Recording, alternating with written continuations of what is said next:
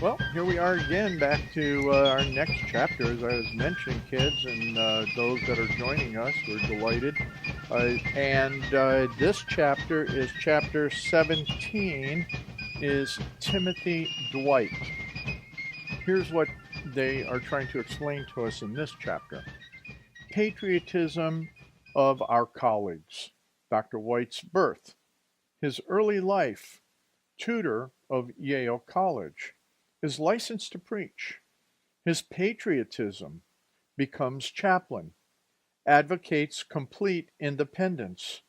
His description of the desolate appearance of Winchester County. His sermon to the soldiers. Eloquent sermon after the victory at Saratoga. Antidote of Putnam. Composes the Ode to Columbia. Dedicates a poem to Washington. Shares the suffering of the soldiers at West Point in the winter of 1778. His faith. His description of the scene from Sugarloaf Mountain. Also of the dead unburied at Fort Montgomery. Death of his father. Leaves the army. Settles at Northampton. Goes to the legislature. Publishes several poems. Elected president of Yale College. A Federalist in 1812. We'll have to find out more about that because you know Papa's anti-Federalist. His eminence as a theologian. His death. Wow. It looks like there's going to be a lot in this chapter. Did you know anything about Timothy Dwight?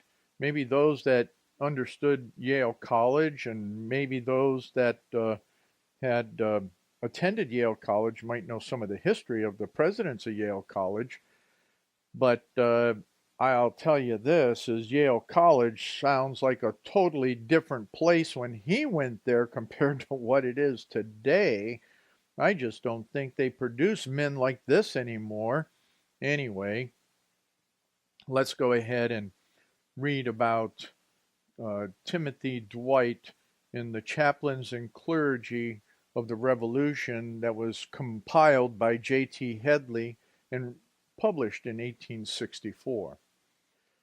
The lover of education will always point with pleasure and pride to the bold and patriotic stand taken by our colleagues in the Revolution. Warmly espousing the cause of the colonies, they not only shared the common suffering, but they yielded their full portion of active patriots to the struggle. Presidents and students alike made common cause with the people, and the eloquent voice pleaded, and the strong arm struck for liberty. Hence, our institutions of learning were peculiarly obnoxious to the British, who regarded them only as so many hotbeds in which young rebels were reared. My goodness, I have to stop a moment, forgive me, but wow.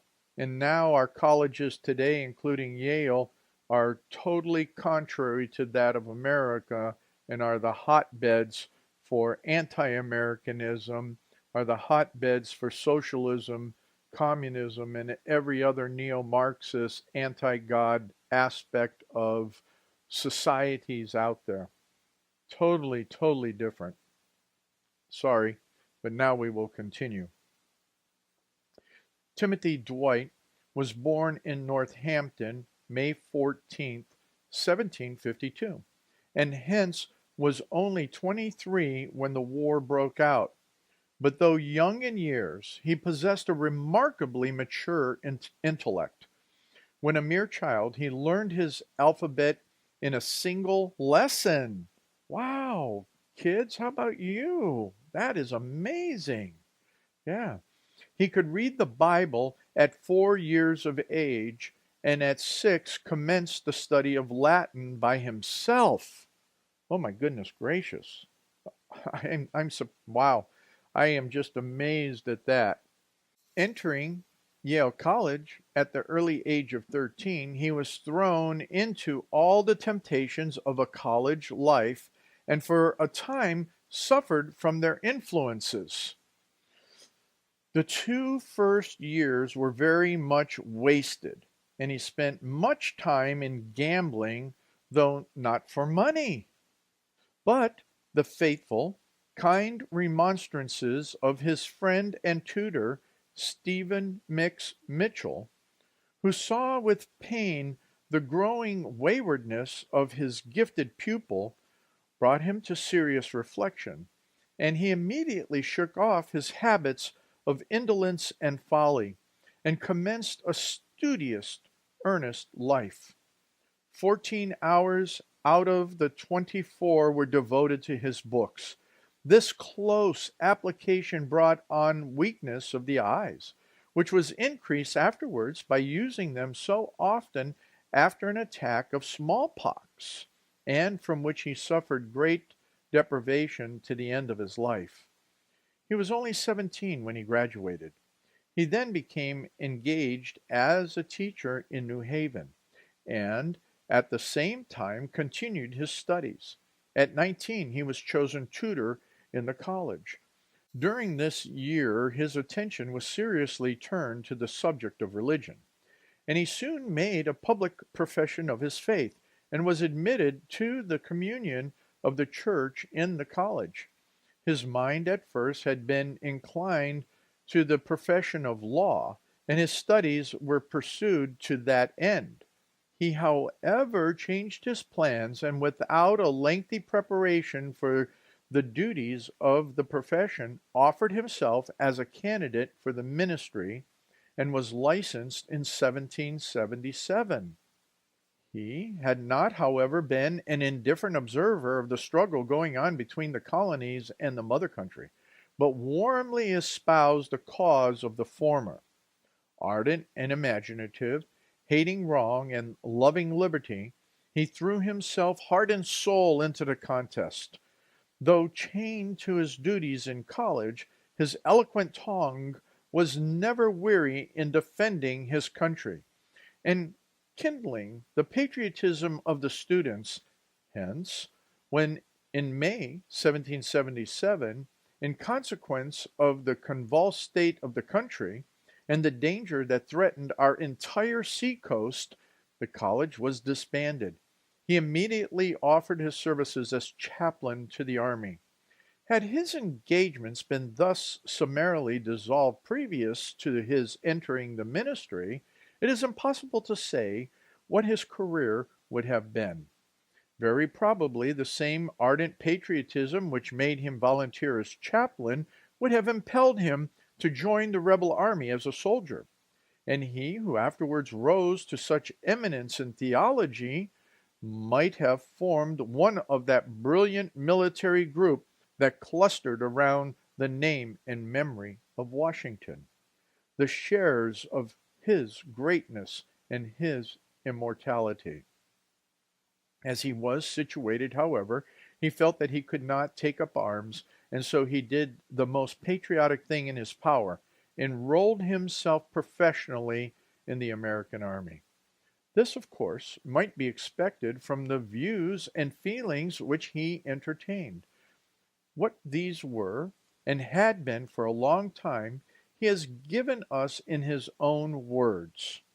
He says, quote, I urged in conversation with several gentlemen of great respectability, firm Whigs, and my intimate friends, the importance and even the necessity of a declaration of independence on the part of the colonies, and alleged for this measure the very same arguments which afterwards were generally considered as decisive, but found them disposed to give me and my arguments a hostile and contemptuous instead of a cordial reception. Yet at this time, all the resentment and enthusiasm awakened by the odious measures of Parliament, by the peculiarly obnoxious conduct of the British agents in this country, and by the recent battles at Lexington and Breed's Hill, were at the highest pitch.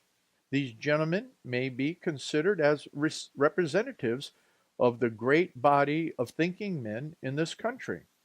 A few, perhaps, may be expected, but none of these durst at that time openly declare their opinions to the public. For myself, I regarded the die as cast, and the hope of reconciliation as vanished, and believed that the colonists would never be able to defend themselves unless they renounced their dependence on Great Britain. End quote. The time selected by him for joining the Army, September 1777, shows his fearless spirit and lofty patriotism. The summer had been marked by disasters. The battles of Brandywine and Germantown had been followed by the fall of Philadelphia, while the northern horizon was dark as night with the gathering storm. Burgoyne was on his victorious march, and in the beginning of this month the heads of his menacing columns were almost in striking distance of Albany. Fort Schuyler, Edward, Ticonderoga, those keys of the North had already fallen, and but one more successful blow seemed necessary to finish the struggle. A profound solemnity rested on the nation, for all knew that if Clinton from the south formed a junction with Burgoyne, a cordon of posts would be established from Canada to New York, and the eastern and middle colonies be hopelessly separated. All eyes were turned on that veteran host with its splendid train of artillery, as, treading down everything in its passage, it emerged from the northern wilderness. Washington rapidly concentrated the eastern troops around the highlands, while the farmers from the western Massachusetts and Vermont left their harvest fields unreaped and descended to the greater harvest of men at Bennington and Saratoga. While events were thus drawing to a crisis, Dwight joined the army. Parsons' brigade, to which he was attached, was soon ordered to the Hudson and placed under General Putnam. At this time, rumors of projected expeditions by Clinton from New York and counter-movements on the part of Putnam and various plans of annoying the enemy and breaking up his outlying posts kept the camp in a state of constant excitement.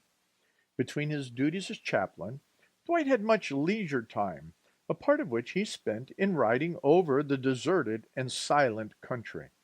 The British lines were at Kingsbridge, extending across to East River. The Americans were in the region of Peekskill, touching Long Island Sound at Bymere River. The people between were exposed to the depredations of both, and Dwight, as he traveled along the deserted roads that intersected this dangerous interval, was struck with a somber and suspicious character of the inhabitants. Constantly exposed to marauding parties from both armies, and plundered without mercy at the slightest suspicions of being Tories by the Americans, or of being patriots by the British, they lived in constant trepidation.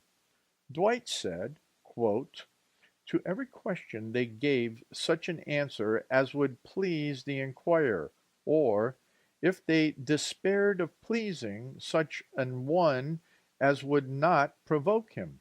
End quote.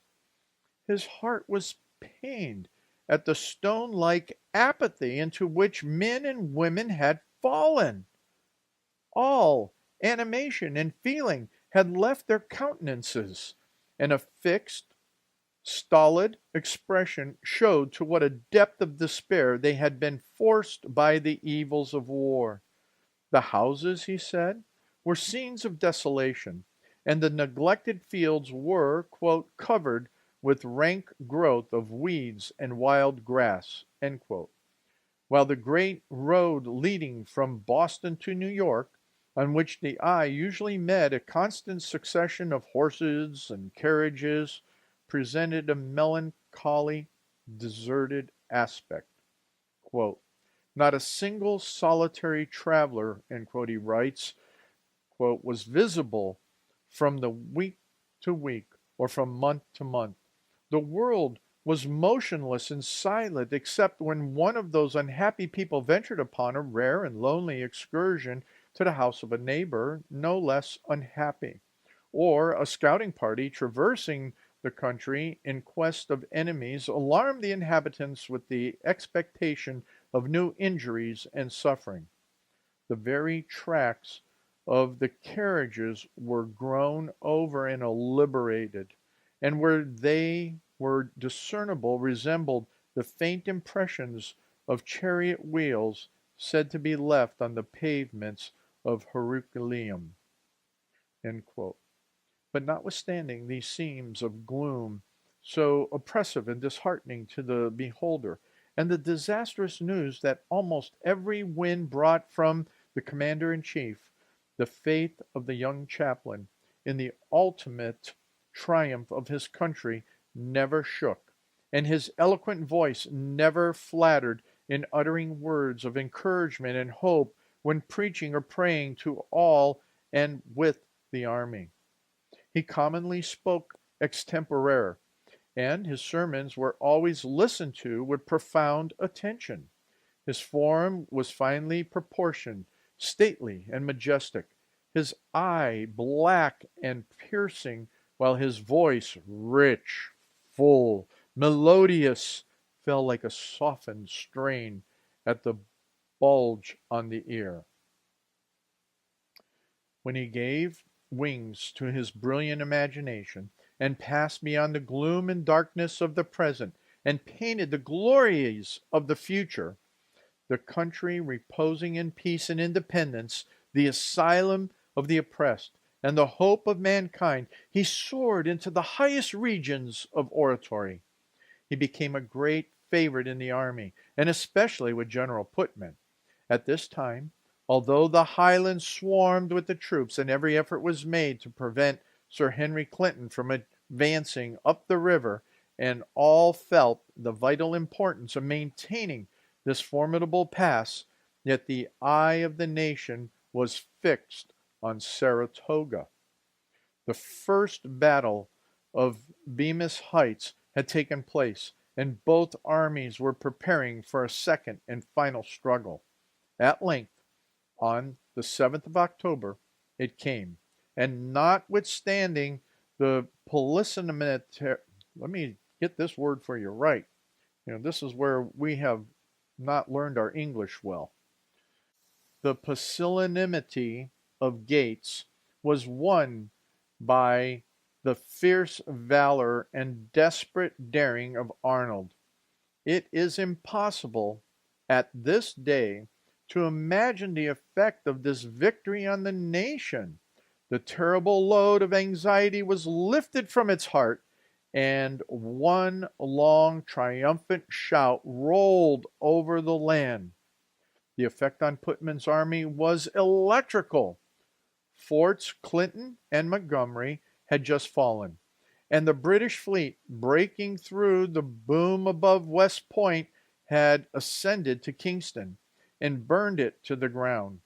The next breeze from the north might bring the disastrous intelligence of the overthrow of Gates and the junction of the British forces. What lay beyond this catastrophe no prophet could tell, and each one held his breath in dread, while the army of Peekskill was in this state of intense excitement, catching eagerly at every rumor that the tide of the Hudson floated southward. There suddenly burst along the bosom of the lordly river the triumphant shout of victory. Glad tears rained from patriotic eyes. Many hearts were too full of thanksgiving for utterance. From others shouts and huzzas arose in deafening clamor, while the granite gateway of the Highlands shook to the thunder of jubilant cannon. The news of the surrender reached the camp on Saturday. Next day, Dwight preached at the headquarters. Putnam and his principal officers were present, and never before did the young chaplain seem so inspired. His patriotic heart, like that of the meanest soldier, had been thrown into ecstasy at the glorious tidings, and it was now too full, too eager for utterance to require any preparation. Rising before his attentive, brilliant auditory, he took for his text Joel 2:20, quote, I will remove far off from you the northern army, end quote. The effect of its enunciation was astonishing and seemed like a voice from heaven reminding them of the promise of deliverance so often uttered by the chaplain. The whole chapter from which the text was taken had a peculiar significance. It commences, quote, Blow ye the trumpet in Zion, and sound an alarm in my holy mountain. Let all the inhabitants of the land tremble, for the day of the Lord cometh, for it is nigh at hand, a day of darkness and gloominess, a day of clouds and thick darkness, as the morning spread upon the mountains, a great people and a strong. There hath not ever been the like. A fire devoureth before them, and behind them a flame burneth. The land is in the Garden of Eden before them, and behind them a desolate wilderness. End quote. So the verses immediately preceding the text had a solemn power in them that the most indifferent could not fail to feel. Quote, Let the priest, the ministers of the Lord, weep between the porch and the altar, and let them say, Spare thy people, O Lord, and give not thine inheritance to reproach, that the heathen should rule over them. Wherefore should they say among the people, Where is their God? Then will the Lord be jealous for his land, and pity his people. Yea, the Lord will answer and say unto his people, Behold, I will send you corn and wine and oil, and ye shall be satisfied therein. And I will no more make you a reproach among the heathen, but I will remove far off from you the northern army. Fear not, O land, be glad and rejoice, for the Lord will do great things. End quote. The language applied with wonderful force to the invasion and overthrow of Burgoyne. The, quote, day of darkness and gloominess, the day of clouds and thick darkness, end quote, had in reality come upon them. Before the restless legions of Burgoyne and the inhabitants of the land had fled in terror, and desolation marked their progress. It was a time for, quote, the ministers of the Lord to weep between the porch and the altar, end quote, and cry, quote, Spare thy people, O Lord, end quote. Their prayer had been answered, and God had removed the northern army forever, and they could now shout aloud, quote, Fear not, O land, be glad and rejoice, end quote. The theme was one peculiarly adapted to Dwight's glowing imagination and enthusiastic patriotism. He painted a vivid colors. He painted in, let me start that over again. He painted in vivid colors the terror and dismay this northern invasion had spread through the land, described the victory and exultation of the people, giving God all the glory, and declared that he saw it in the bright assurance of final triumph. The officers and soldiers were carried away by his eloquence, and Putnam was especially delighted and did not attempt to conceal his pleasure, but nodded and smiled in the delighted approval throughout the discourse, though he did not for a moment suppose the text was in the Bible, but rather an inference which Dwight had drawn from his preceding passages. After service was over, he was loud in his expression of admiration of the sermon and the preacher, but remarked at the same time to some of the officers that of course there was no such text in the Bible, and that it was made up by Dwight for the occasion. Still, he said, the sermon was just as good for all of that. The officers smiled in reply, saying that Dwight had taken no such liberty with the sacred volume, for the text was really in it. Putnam, however, stoutly denied it, and refused to yield to the point, till one of them brought a Bible and pointed it out to him. He could at first hardly believe his own eyes, yet there it was, beyond all cavil. He read it over carefully, then exclaimed, quote, "Well, there is everything in that book, and Dwight knows just where to lay his finger on it." End quote. The forest-clad Highlands had put on their most gorgeous apparel, as if on purpose to celebrate this great victory, and all the glories of an American autumn were spread upon the mountains, the dreary atmosphere resting like a gentle haze upon the sleeping river, wild fowl sweeping in clouds far overhead, seeking the sea, and the falling leaf, all disposed the poetic mind of Dwight so musing, and he spent many of his leisure hours strolling through the forest and the cedar groves near the encampment. His country ever lay uppermost in his heart, and the victory of Saratoga had filled his mind with the brightest anticipations of her future glory, and he here composed the well-known ode commencing, quote, "Columbia, Columbia, to glory arise, thou queen of the world and child of the skies." End quote.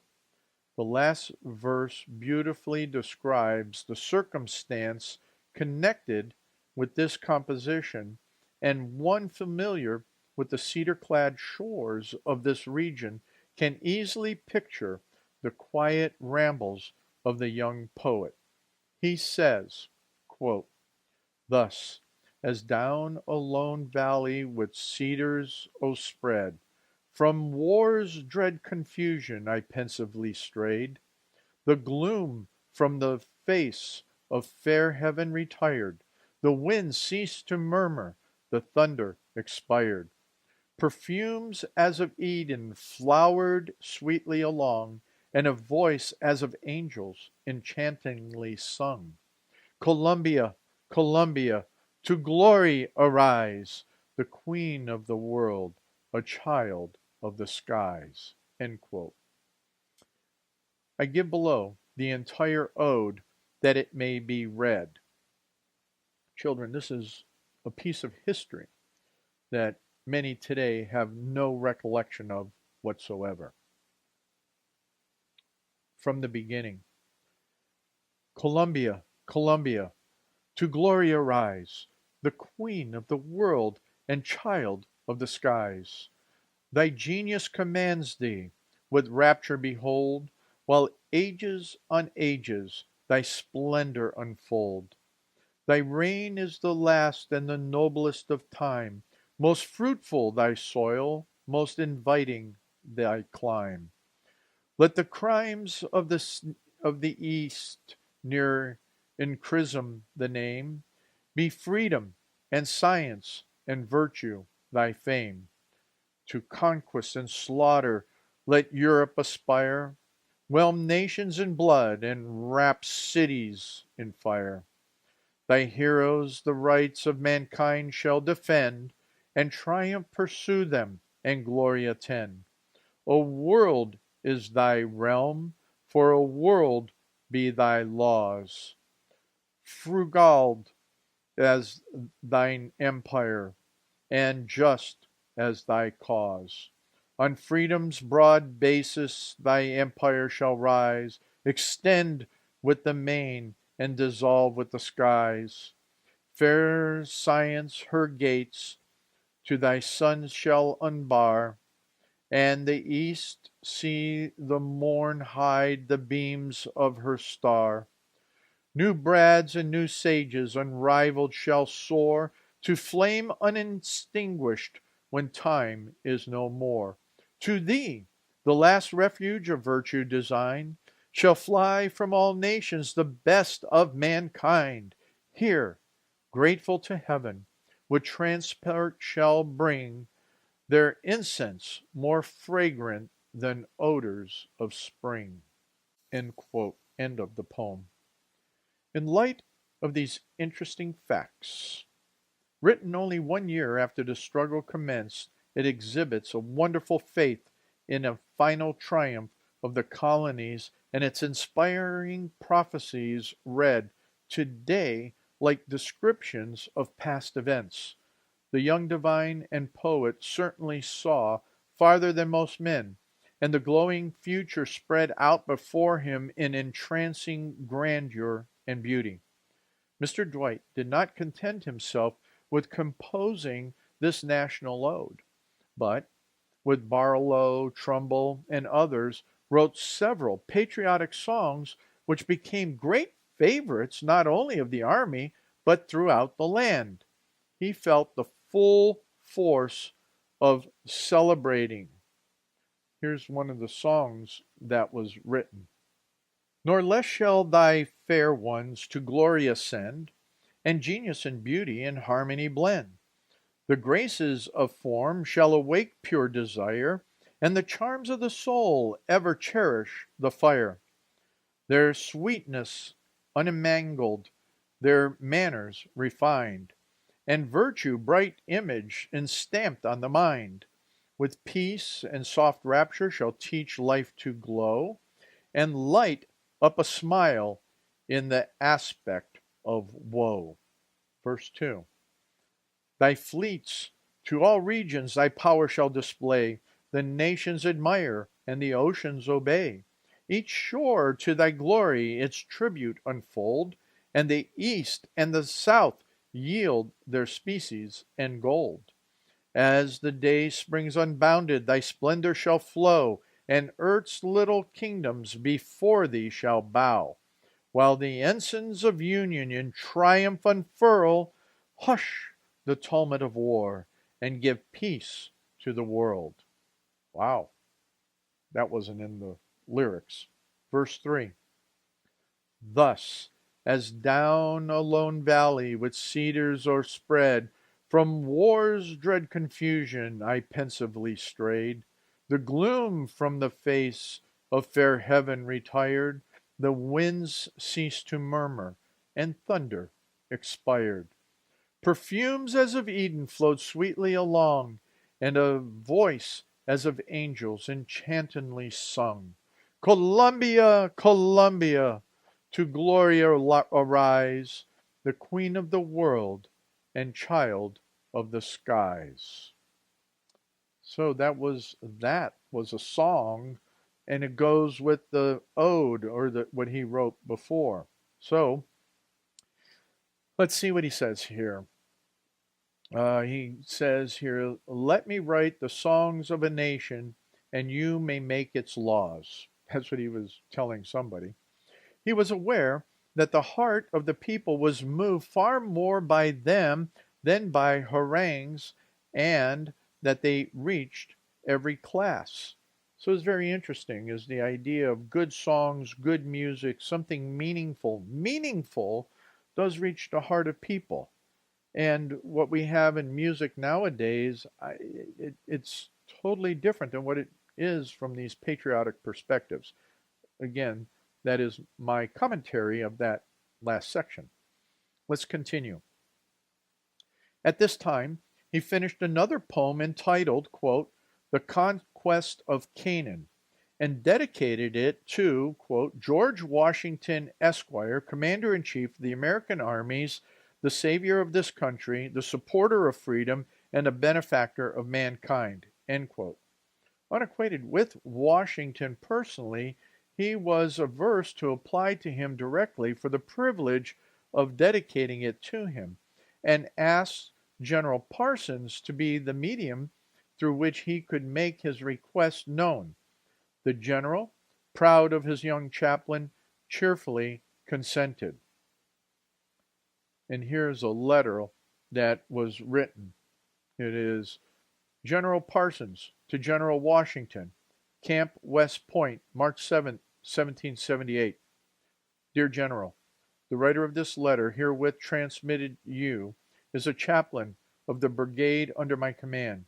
He is a person of extensive literature and amiable private character, and has happily united that virtue and piety which ought ever to form the character of a clergyman with the liberal, generous sentiments and agreeable manner of a gentleman. This merits of performance he mentions I am not a competent judge of.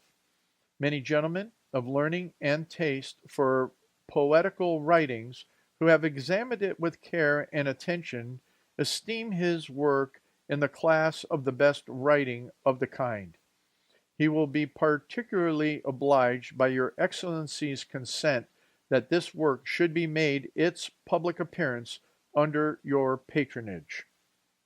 I am, with great esteem, your Excellency's obedient humble servant, Samuel H. Parsons.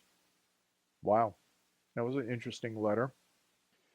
But though much streams of glory irradiated the departing footsteps of autumn, dark clouds and a threatening sky heralded the coming of winter. So here's another letter that is in here, and this is the following letter that follows up from General Parsons' letter. Let me read that to you. The following is the enclosed letter to which he refers.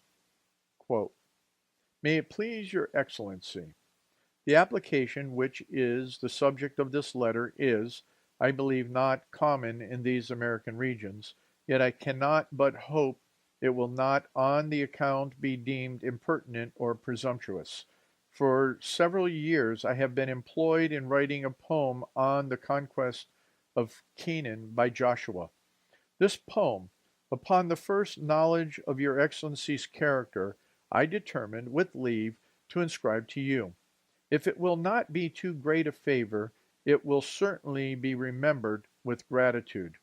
I am not insensible that the subject of this request is delicate, as consent on the part of your Excellency cannot possibly add to your reputation. It may be followed by consequences of a disagreeable nature. Of the merit or demerit of the work your Excellency cannot form a guess, but from the character of the writer, with which you will be made acquainted by General Parsons, who does me the honor to enclose this in one from himself. All that I can say upon the subject, and I hope I may assert it with propriety, is that I am so independent a Republican, and so honest a man, as to be incapable of a wish to palm myself upon the world under the patronage of another. As to the remote from my sinister will in this application, and to disdain making a proffer, slight as it may be, to the most splendid personage for whose character I have not a peculiar esteem, I am with great respect your Excellency's most obedient and most humble servant, Timothy Dwight, Jr., March 8, 1778. To this dignified and manly letter Washington made the following reply. Headquarters, Valley Forge, 18th March, 1778. Dear Sir, I yesterday received your favor of the 8th, accompanied by so warm a recommendation from General Parsons that I cannot but form favorable presages of the merit of the work you propose to honor me with the dedication of. Nothing can give me more pleasure than to patronize the essays of genius, and a laudable cultivation of the arts and sciences which had begun to flourish in so eminent a degree before the hand of oppression was stretched over our devoted country.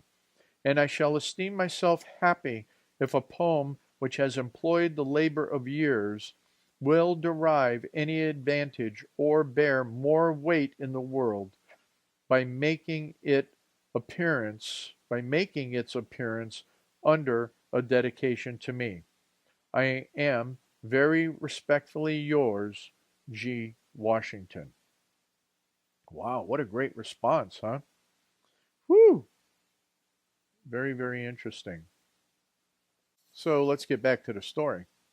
The army under Washington, after committing himself with solemn religious ceremonies to the God of liberty, took up its painful, suffering march for Valley Forge. The same severe winter that wrought much misery and desolation in the encampment of naked, starving men closed around the highlands with a silent gloom that made those within its fastness forget the joy and exultation of the autumn that had passed. The recent successful attempt of Clinton to force the highlands and the narrow escape the colonies had made showed the imperative necessity of taking more efficient measures to fortify them. Engineers were therefore dispatched to select a site for a fortification less assailable than Fort Clinton and Montgomery had proved to be, and West Point was finally chosen as possessing the greatest natural advantages. The Hudson being locked by ice in winter, it was impossible for British vessels below to annoy the workmen at that season. And so, notwithstanding the intensity of the cold and the frozen state of the ground, it was resolved to commence the work at once. General Parsons, therefore, in the latter part of January, though the snow was 2 feet deep on the level, started with his brigade for the scene of operations, while the unpaid, naked, and starving soldiers were crouching and shivering in their miserable huts at Valley Forge. Parsons' troops, almost as poorly sheltered, were toiling in the snow under the gigantic precepts of the Highlands. And as the chaplains shared the privation and suffering of the former in their gloomy encampment, so did Dwight cheer by his presence the words of encouragement the latter in their painful, exhausting labor. Though half fed, half clothed, and not half paid, the men worked with such vigor and determination that soon formidable defenses appeared on the banks, and by the time navigation should be open, it was evident that an effective barrier would be placed to the enemy ships. The suffering of the troops during the winter in the region of the Highlands may be partially imagined from the following statement of Putnam. After remarking that part of Megg's regiment was down with the smallpox, he says, and this was General Putnam, quote, "Dubois' regiment is unfit to be ordered on duty, there being not one blanket in the regiment. Very few have either a shoe or a shirt, and most of them have neither stockings, breeches, nor overalls. Several companies of enlisted artificers are in the same situation and unable to work in the field.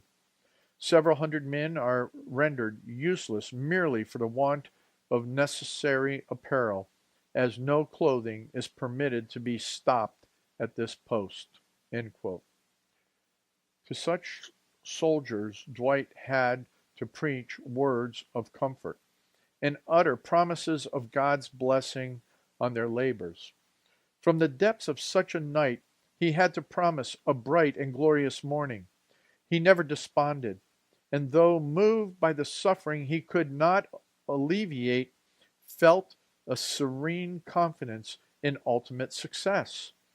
The faith of the clergymen amid the vicissitudes of fortune seemed at times almost presumptuous, But in the hour of deepest discouragement, when to human eye there seemed no way of deliverance, they pledged without hesitation the strength of Israel's God to the cause.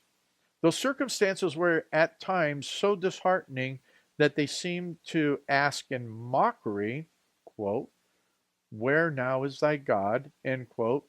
These men unhesitantly, confidently replied, quote, "Our God is in the heavens and will assuredly in his own good time make bare his arm for our deliverance." End quote. At length, the long and dreary winter melted away into spring. The ice slowly yielded to the sun and rain, and soon the river, which for so long a time had presented a white and silent surface, was turbulent with heaving, grinding masses that came driving down on the tide. Dwight lodged a part at a time with the Parsons, and at part at a time with Putnam, in the house of Beverly Johnson, which was afterwards occupied by Arnold. The following little episode in the duties of his office exhibited this keen appreciation of natural scenery, and at the same time presented a graphic picture of the country surrounding West Point in early spring. One Sunday, in the middle of March, after having performed religious services, he found his quarters such a scene of confusion from the constant arrival of officers and others who came to report or receive orders that to escape it, he, with Major Humphrey, resolved to ascend Sugarloaf Mountain. This was a laborious and difficult task, for the sides of the mountain were not only very steep, but covered with huge boulders and fragments of rocks that gave way to the foot as they struggled upward. At length, however, the dreary top was reached, and a strangely wild and sublime scene lay spread out before them, around them. In awe-inspiring proximity arose the naked, savage forms of the group of mountains that composed the highlands, completely locking them in, except at the north where stretched away the turbulent Hudson. The landscape was grand and desolate, with not a single cheerful object to relieve its savage aspect. Quote, "Everything," he said, "which we beheld as majestic, solemn, wild, and melancholy, the grandeur of the scene defies description." End quote. West Point, dotted with white tents, lay beneath the barren mountain, which stood like sentinels around them, while far as the eye could reach, northward moved vast fields of floating ice, now crashing against the shore, sending deep muffled groans up the far heights, or echoing in sullen thunder through the gorges. At intervals came loud explosions caused by the rending masses and sounding like distant cannon. Quote, "Cottages were thinly sprinkled over the mountainous region in the east in size resembling a dove cage, surrounded by little fields covered with snow, and spotting with white the vast expanses of the forest with which the mountains are overspread. Each seemed of itself to have dropped from the clouds in place to which the rest of the world would never have access, and out of which they would never find a way into the world. It is difficult to conceive of anything more solemn or more wild than the appearances of these mountains. An immense forest covered them to their summits. Its color was a deep brown, its aspect that of universal death. The sun had far declined in the west. Clouds of the singular, misty appearance overcast his splendor, and arraying his face with a melancholy sadness, imparted a kind of funereal aspect to every object." End quote. Mill streams, swollen with melted snow, roar like the ocean, mingled with the sounds of crashing ice below. Far away to the south were the ruins of Fort Montgomery, where, quote, more than 100 of our countrymen became victims a few months since to the unprincipled claims of avarice and ambition. These and countless millions more will at the final judgment rise up as terrible witnesses against the pride, rapacity, and cruelty of those who have been the ultimate cause of their destruction. End quote. There, too, was West Point, where, quote, the same scene of slaughter may not improbably be soon enacted over again. End quote. Quote, the day was warm and spring-like. The campaign was about to open, a campaign in which 1,000 unnecessary miseries will be suffered. Parents will be made childless, wives will be made widows, and children will be made orphans. Many a house, where peaceful, cheerful, and delight would love to dwell, will probably be reduced to ashes, and many a family to want and despair. End quote. The ruins of Fort Montgomery, which is a quote, which he describes as arresting his attention, were soon after visited by some officers, and he accompanied them.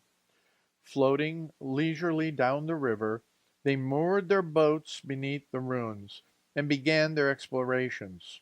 Quote, the first thing, says Dwight, that met our eyes after we left our barge was the remains of a fire kindled by the cottages of this solitude for the purpose of consuming the bones of some of the Americans who had fallen at this place and had been left unburied.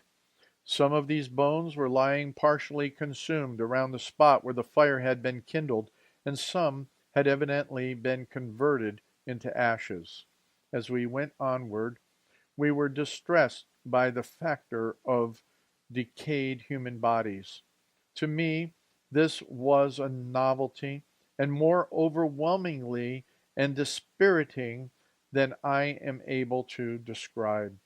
As we were attempting to discover the source from which it proceeded, we found a small distance from the fort a pond of moderate size, in which we saw the bodies of several men who had been killed in the assault upon the fort. They were thrown into this pond the preceding autumn by the British, when probably the water was sufficiently deep to cover them. Some of them were covered at this time, but at a depth so small as to leave them distinctly visible. Others had an arm, a leg, a part of the body above the surface. The clothes were worn when they were killed were still on them, and proved that they were militia, being the ordinary dress of farmers. Their faces were bloated and monstrous, and their postures were uncouth and distorted, and in the highest degree afflictive. My companions had been accustomed to the horrors of war, and sustained the prospect with some degree of firmness. To me, a novice in scenes of this nature, it was overwhelming. I surveyed it a moment, and hastened away. From this combination of painful objects we proceeded to Fort Clinton, built on a rising ground, a little farther down the river. The ruins of the fortress were a mere counterpart of those of Fort Montgomery. Everything which remained was a melancholy piece of destruction. We went from this to find the grave of Count Grabuckel, a Polish nobleman who was killed in the assault. The grave was pointed out by Colonel Livingston, who saw him fall. With the advance of spring, formidable preparations for the summer campaign were set on foot, to which, on the last of April, a mighty impetus was given by the arrival of the news that France had joined our cause and declared war with England. The Battle of Saratoga had fixed her wavering policy, and now not only ships and men, but money and clothing were promised. Universal confidence was restored, and strong, aggressive movements against the enemy were planned in every part of the colonies. In the meantime, a sad calamity overtook the family of Dwight, which changed all his plans.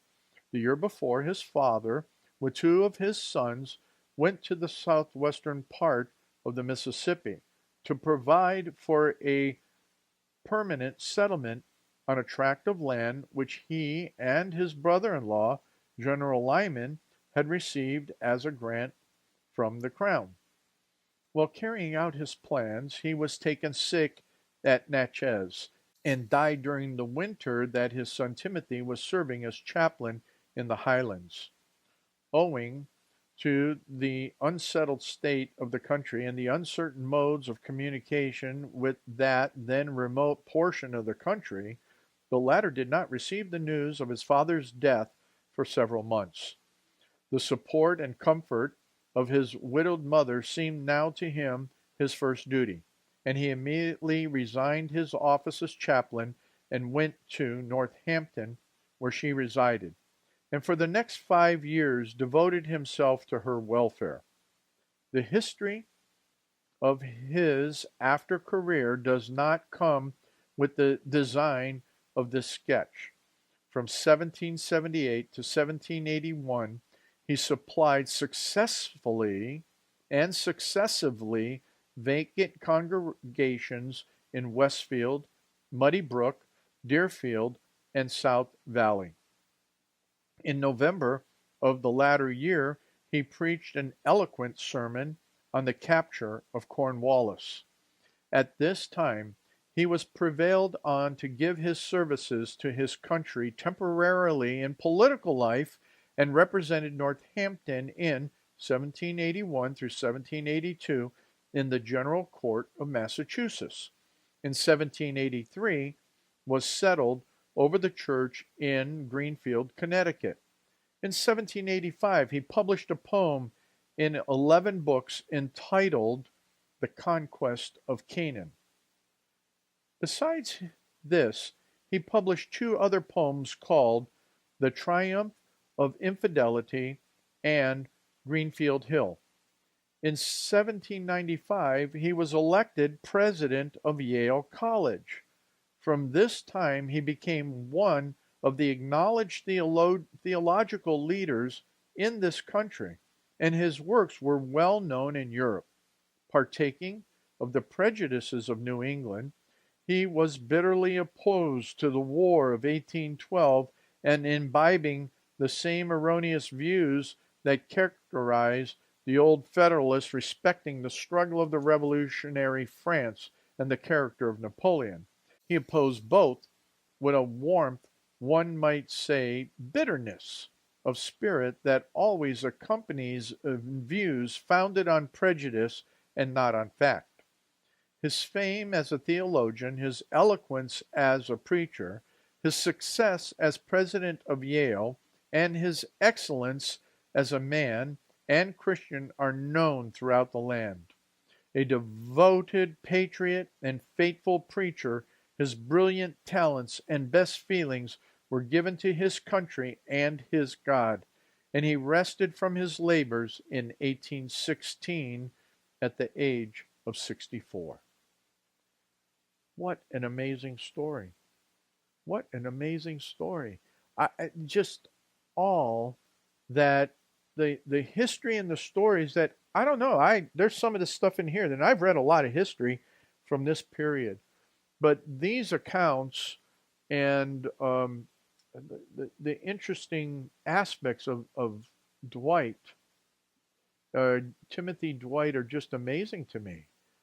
I would challenge others, and I would challenge you, my grandkids, to learn more about him, learn more about what it was that held our nation under the whole auspices of God, and understanding that the victories were declared. I thought it very interesting how General Putnam was taking and arguing and saying that what an eloquent sermon that he spoke, and It wasn't in the Bible. It was something that, came to him in words. And yet, when the other officers brought to him the scriptures, it was like the Bible lays it out.